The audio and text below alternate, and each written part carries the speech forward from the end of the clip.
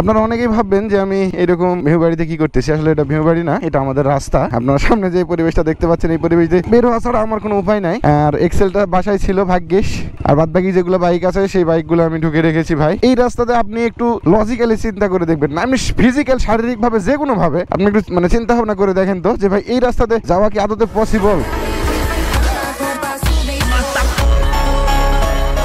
মানে এই কাঁকড়া ছাড়া, এই যে আমার সামনে যে কাঁকড়াটা দেখতে পাচ্ছেন, এই কাঁকড়া ছাড়া কি আসলে পসিবল? আমার জানার মধ্যে তো ভাই পসিবল না। যদি ভাই আপনি মঙ্গল গ্রহের প্রাণী না হয়ে থাকেন তাহলে ভাই আপনি কখনোই বলবেন না যে এই রাস্তায় যাওয়া পসিবল। ভাগ্যিস আমার কাছে এক্সেল ছিল, নয়তো ভাই অফিস আদালত সব বন্ধ হয়ে যায় তো আমার জন্য যাওয়া, বুঝতে পারছেন তো। রেগুলারই আমাকে অফিসে যাইতে হয়, এই জন্য ভাই আমাকে বাইক রাখতেই হয়েছে এই কাঁকড়া। আর এটা সেই কাঁকড়া যে কাঁকড়া আমি 6000 টাকাতে এক সময় কিনেছিলাম, আমার শখের বাইক ছিল এটা। বরাব্বা হেঁটে যাওয়াই তো মুশকিল, হেঁটে যাবেন কিভাবে? হেঁটে যাওয়াই তো মুশকিল। বাপরে, একটু পার হয়েছি কেবল, দেখেন একটা বড় অবস্থা। এই যে এইটা না থাকলে কি হইতো, ওই দিকে রিফাত ভাই আসতেছে ধীরে ধীরে, আমরা এখন অফিসের দিকে যাব। আর এই জায়গা প্রায় 1 থেকে 1.5 কিলোমিটার। এই সেম অবস্থা, সেদিন মাঠঘাট ভেঙে গেছিল, মাঠঘাটটা সাইজ করে লাগাইছি। আর হ্যাজ এ বাইকার হিসেবে আমাকে এই বাইক রাখতে হয়েছে, আর এই বাইক না থাকলে ভাই আমার জীবন শেষ হয়ে যেত। এটার জন্য আজকে মনে করেন বেঁচে আছি আমি। প্রথম ভালোবাসা, প্রথম জিনিস সবসময় ভালোই হয়, এজন্য ভালোবাসতে হবে এগুলোকে। চেনের অবস্থা তো খারাপ, চেনের দিকে মরিচের মতো অবস্থা হয়ে গেছে। মঙ্গল গ্রহের প্রাণী, এদিকে আসো। তুমি আসো, অসম কাজ জেঙ্গে দাঁড়াচ্ছেন, হয়তো ভয় থেকে গেছি। কথা হচ্ছে এই রাস্তাটা সংস্কার কদিন হবে? এদিকে আসে, এদিকে আসে, কও, আমার অডিয়েন্স শুনবে। অফিসার আসতেছে, এই গাড়ি আমার কনফিডেন্স লেভেল দেখছেন কিভাবে ভাবলো এই রাস্তায় যাবে। ভাই আপনি তো যাইতে পারবেন না এদিক দিয়ে, এখানে ডাকে যাওয়াটাই মানে ভালো হবে, বুদ্ধিমানের কাজ হবে। এই দিক দিয়ে আমার গাড়ি পার হয়ে যাচ্ছে না, আপনি যাবেন কিভাবে? তাই করেন, সাঁতরানো লাগবে ভাই, এটা ভিউ বাড়ি ভাই, অন্য কিচ্ছু না। এটা ভিউ বাড়ির থেকেও ফেল, ভিউ বাড়ি তাও মনে হয় শুকনো মানে ভালো মতো যাওয়া পারবেন, সমান আছে। আটকে যাচ্ছে ভাই, খুব কষ্ট করে পার হয়ে আসলাম আমরা। আপনি যাইতে পারবেন না, বাইক রেখে যান, এখানে মুশকিল হয়ে যাবে। কনফিডেন্স লেভেল দেখো ভাইয়ের। যাবে, ওঠো, কিছু হবে না, ওঠো। এটা শুনে সুগান আছে, ওরে সুটান দিয়ে দিছে। ওটো ওটো ওটো ওটো ওটো। আরে আমার পাও কত লম্বা দেখিস? ভরবে না, মার্কেট লাগাইছি। ওই তো একটা ভিডিও দেখেননি, ধরে বসে থাকা বালুর যায় ধাক্কে পড়ে যায়, সেম কাহিনী হবে নি। নদী এক্সেল না দেখলে জয় বাংলা হয়ে গেল নি আজকে থেকে। মানুষ এই বৃষ্টির সময় বউলে বসে হাজার আমরা অভিযোগ যাচ্ছি, কষ্টজনক বিষয় হলে জীবনে কি করলাম এরকম বৃষ্টির মুহূর্তে বেলকুনির কাছে বসে থেকে কি একটা আনন্দ ফিলিংস, তা নয়। আরে রাস্তা রে ভাই, এটা রাস্তা নয়, এটা হচ্ছে হাইওয়ে, এটা মামা হাইওয়ে বুঝেছেন। হাফ কেজি ঘিন্না ছুড়ে দিলাম এই রাস্তার উপরে আমি। যাক, এখান থেকে পাকার জন্য একটু বাঁকা চাকা অবস্থা, বাঁচা যাবে ধীরে ধীরে। পারে যে বৃষ্টি পড়তেছে, কি একটা অবস্থা দেখছেন, অ্যাডভেঞ্চার, পুরো অ্যাডভেঞ্চার। আমাকে এলাকাতে আমরা অ্যাডভেঞ্চার করি ভাই। এই দেখেন বৃষ্টি ক্যামেরা ভরে যাইতে পারে না, যেতে হবে এরকম বাধ্যতামূলক না, তবে না গেলে কেমন দেখায়। বাসায় বসে থাকে তো ভালো লাগছে না ভাই, বৌচল তো নাই, বুঝেন নাই। বৌচল থাকলে তো মুড়ি টুড়ি মেকে দিল নি, বসে থেকে খালামিনি, কি আর আনন্দ রে ভাই। বাট এগুলাতে কিছু নাই, রেগুলার লাইফে এগুলা বাইক মাঝে মধ্যে থাকতে। এটা আব্বু রাইড করে মাঝে মধ্যেই, আমি খুব কমই রাইড করি এটা।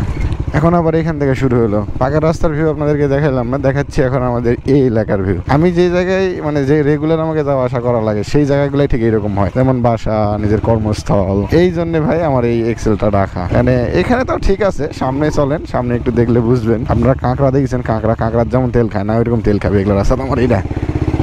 বাহ বাহ, কে সিন হে। মানুষকে বলছি কাদা বাড়ি থেকে হাল বয়ে আসলাম, ঠেকনা থুকনা লাগিয়েছে না, কিন্তু গা কাদায় শেষ, মানে গোসল দেওয়ার মতো অবস্থা না হইলে ওখানে গিয়ে আর উপায় নাই। সে কাদার উপর পড়লেই স্যাক করে এমন করে উঠতে যাচ্ছে।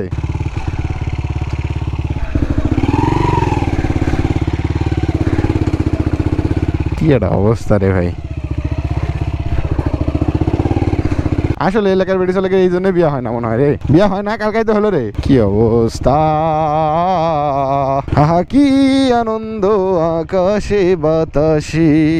এটা আবার দেখো নদীয়াটা রাস্তার সাইডে খাল, এটা কোনো মানে রাস্তার মধ্যে পড়ে, মানে কি একটা অবস্থা। মানে এই পাকাটা করলে কি সমস্যা, মানে এই সামান্য এতটুকু পাকা মানুষের মারে খায় কি লাভ? এই গ্রামের মানুষজন কি বিম্পি করতো নাকি? এরা তো আরেক মানে সেই রকম লেভেলের লোক। তাহলে আসল জায়গা ছেড়ে নকল জায়গা যে না, আওয়ামী লীগে সাপোর্ট করতে বলছি না, আরো ইসলামিক দল ছিল না, সেগুলো করতো। এই চাঁদাবাজি দলটাকেই করা লাগতো সাপোর্ট। এইরকম পরিবেশে বাইক নিয়ে যাওয়াটা, আচ্ছা একটা বার ইমাজিন করে দেখেন ভাই ব্রাদার, আপনারা যে ভেবে দেখেন যে আপনার যদি এলাকায় বিয়ে হয় ভাই, আপনি কেমন হতে পারে। তবে একটা জিনিস জানেন, আমি যে এলাকায় এখানে মানে চাকরি করি সেই এলাকার পরিবেশটা খুবই সুন্দর, বাট এই রাস্তাটাই একমাত্র খারাপ, যেটার জন্য মনে করেন ওই হালালের মধ্যে আনা কষ্ট আছে। বিষয়টা ঠিক এইরকম হয়ে গেছে, বুঝতে পারছেন। বেশি সুখের জায়গায় যাইতে গেলে একটু কষ্ট করাই লাগবে, এটা হচ্ছে তার বাস্তব প্রমাণ, বুঝছেন। আমার অফিসটা ঠিক সুখেরই একটা জায়গায়, সেই সুখের জায়গায় যাইতে গেলে আমার কষ্ট করে যাওয়া লাগে। তবে অন্যান্য দিন যখন মনে করেন আবার মানে শুকনো রাস্তা থাকে, সেদিন আবার থ্যাক না, ভালো বাইক নিয়ে আসবেন, থ্যাক নাই, আপনার মানজা কমর শেষ এই উঁচা নিচার জন্য। এক্সেল নিয়ে আসতে তো ঠিকই আছে, আবার ফিউল খাইতে খাইতে কাঁকড়াও যেমন তেল খাই 35 লিটার, 10 মিনিট চললে 35 লিটার খাই,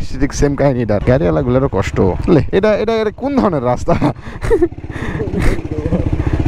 কি এর অবস্থা, কি অবস্থা রাস্তার। না এলা রাস্তায় তো দরকার, এলা রাস্তা না হলে তো ভালো লাগবে না, এলাই দরকার। জাস্ট একবার ভাবে দেখো যে এলাকার যদি কারো বিয়ে হয়, সে লোকটা কত কষ্ট করে আসে, কত কষ্ট করে আসে। আমি মানে বর্ষাকালে আসাও পারবে না আসলে। ঠিক আছে, আমরা এবারেই যাই। যাই হোক, এত সুন্দর পরিবেশ পার হয়ে এসে আমাকে এই সেই আমার যে কর্মস্থল, সেখানে আসতে আমার এরকম পরিবেশ পার করা লাগে। আর এই যে আমার অবেশ। মুসা মামা দেন, যত পানি আছে সব আমার গাড়ি ঢালা দেন। মুসা মামা, পৃথিবীর যত পানি আছে সব পানি আমার এই এক্সেলে ঢুকিয়ে দেন। এক্সেল ছিল বিধায় আজকে আমি অফিসে আসতে পারছি, নয়তো আসতে পারতাম না, বুঝছেন মামা? আফরিন, আজকে শুটিং করা লাগবে রে। হয়, আজকে ওয়েদার ভালোই আছে। চলেন আমরা ব্লগটা এই পর্যন্ত শেষ করি, পা হাত একটু পরিষ্কার করে তারপর ব্লগটা শেষ করি। সবাই ভালো থাকেন, সুস্থ থাকেন ভাই, দেখা হচ্ছে নেক্সট টাইম। হ্যাঁ।